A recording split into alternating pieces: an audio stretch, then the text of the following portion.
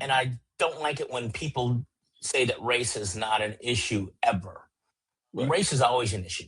And race is the issue when the prosecutor purposely struck every single black juror that could be on that jury, Hmm. and the judge allowed him to do it. So, when you have, I don't know the black population of Texas or that county. I think it was 40, if I remember right. The county. Here's what I have read in terms of statistical elements. The county used to be predominantly white, Hmm. by a large percentage, but over the last, I guess, few years, it has gotten to a point where it was like 42%, Hmm. 42% minority, and so the makeup of the jury pool should have been way more balanced, and I think you can argue that in appeal. Yes. And so, I mean, so there are a number of things that are going on and then he's a 17-year-old kid, 16, 17-year-old kid.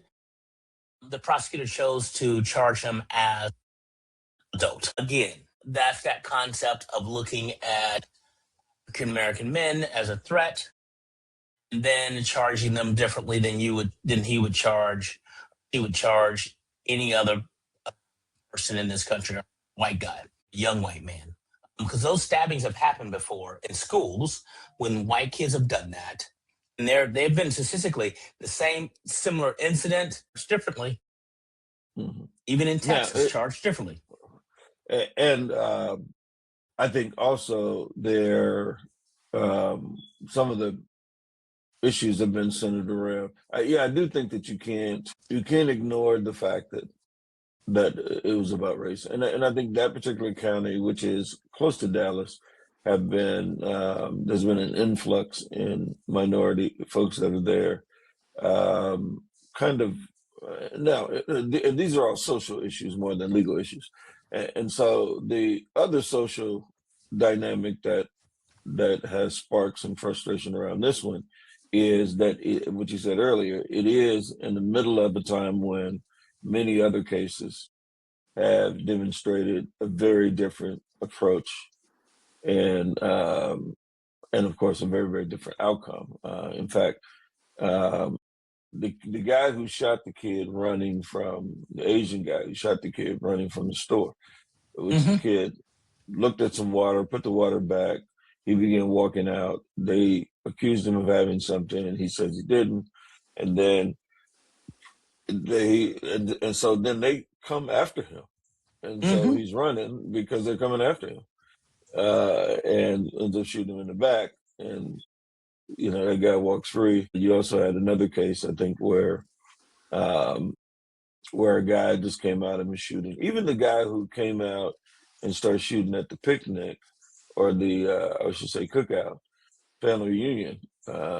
White guy comes out, starts calling people a bunch of names. Hmm. They chose to ignore him. He goes back and comes back with the firearm and starts shooting at the folks.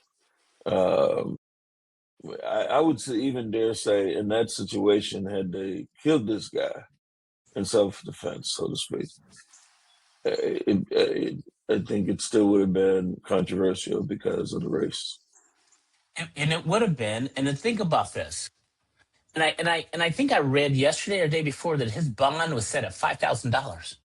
And it was not domestic terrorism, which would have been what it would seem like the crime is classified as. Yes. And so and I always say this, like in relationships. When you love me, you give me the benefit of the doubt.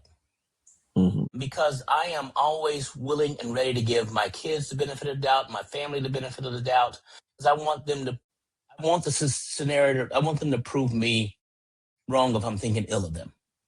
Hmm. In this country, rarely do we see African Americans get the benefit of the doubt. But being white, and that's where white privilege comes in. White privilege comes in because their white skin gives them the benefit of the doubt in a lot of most scenarios. It's when you're dealing with the authorities or whomever else, they give them the benefit of the doubt. They want to hear their side of the story and they want to believe their side of the story.